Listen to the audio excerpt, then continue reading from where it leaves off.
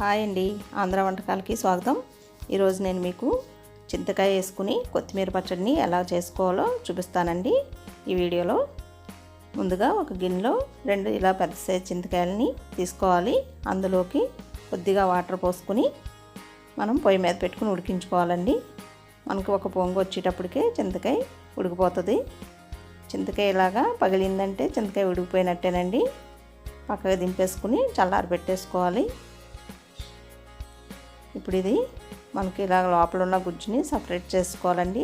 పైన పెంకులు గింజలు అన్నీ తీసేసుకుని మీకు ఏమన్నా తుక్కుంది అనుకుంటే ఒకసారి దాన్ని ఫిల్టర్ చేసుకుని పక్కన పెట్టేసుకోవాలండి.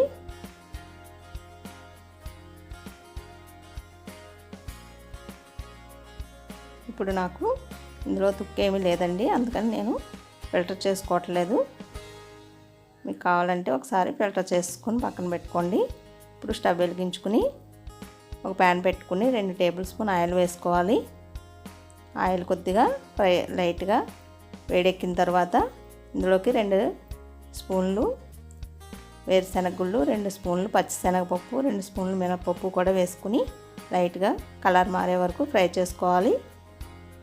ఇలా లైట్గా కలర్ మారిన తర్వాత అందులోకి 2 స్పూన్లు ధనియాలు కూడా వేసుకుని ఫ్రై చేసుకోవాలి.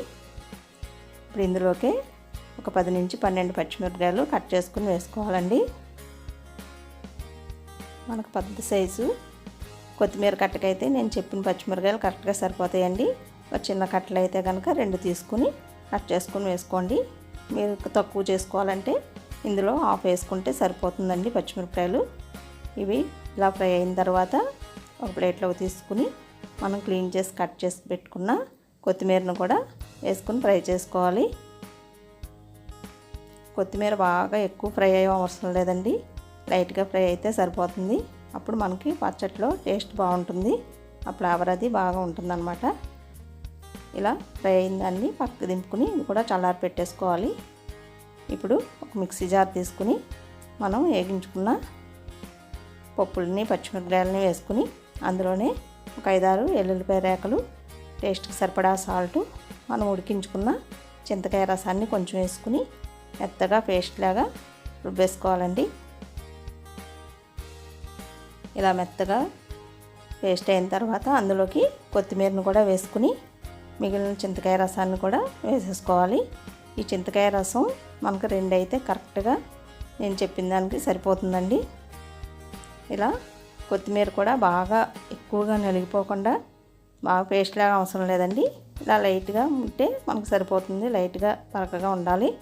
ఇది ఓ బౌల్లోకి తీసుకొని స్టవ్ వెలిగించుకుని ప్యాన్ పెట్టుకుని అందులోకి 1 టేబుల్ స్పూన్ ఆయిల్ వేసుకుని 1/2 స్పూన్ మినపప్పు, 1/2 స్పూన్ పచ్చిశనగపప్పు వేసుకుని కలర్ మారే వరకు ఫ్రై చేసుకున్న తర్వాత 1/2 స్పూన్ జీలకర్ర, 1/2 స్పూన్ ఆవాలు, 2 ఎండుమిరపకాయలు, కొద్దిగా కరివేపాకు వేసుకుని దోరగా ఫ్రై చేసుకోవాలి.